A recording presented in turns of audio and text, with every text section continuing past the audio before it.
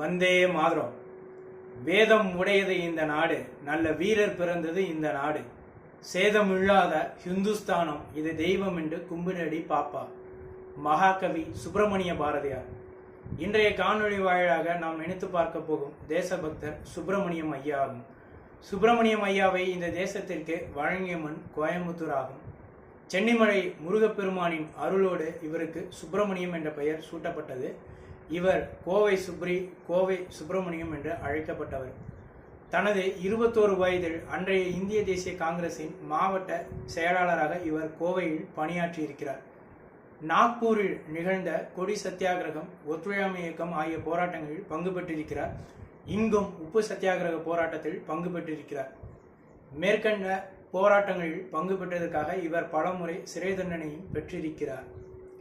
ஊத்துக்குழி பதியூரில் காதி அமைப்பினை இவர் நிறுவியிருக்கிறார்.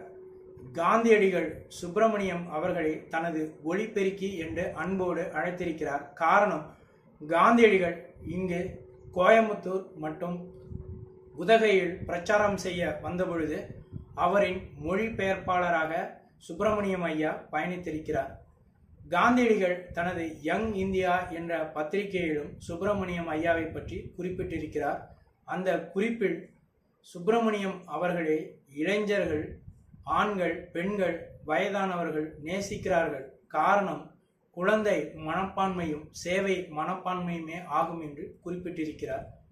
சுப்பிரமணியம் ஐயா சிறைச்சாலையில் இருந்தபொழுது முருகப்பெருமானுக்காக 426 பக்தி பாடல்களை இயற்றியிருக்கிறார். தேசியமும் தெய்வீகமும் சுப்பிரமணியம் ஐயாவுடன் நேர்த்தியாக பயணித்திருக்கிறது. சுப்பிரமணியம் ஐயா அவர்கள் அவதரித்த தினம் ஏப்ரல் 20 ஆகும். சுப்பிரமணியம் ஐயாவை போன்ற பல எண்ணிலடங்காத தேசபக்தர்களின் புகழானது இம்மண்ணில் என்றென்றும் ஓங்கி ஒலித்து கொண்டே இருக்கட்டும். தேசியமும் தெய்வீகமும் இம்மண்ணில் என்றென்றும் பட்டொளி வீசி பறந்து கொண்டே இருக்கட்டும். ஓம் ஜெய்ஹிந்த்.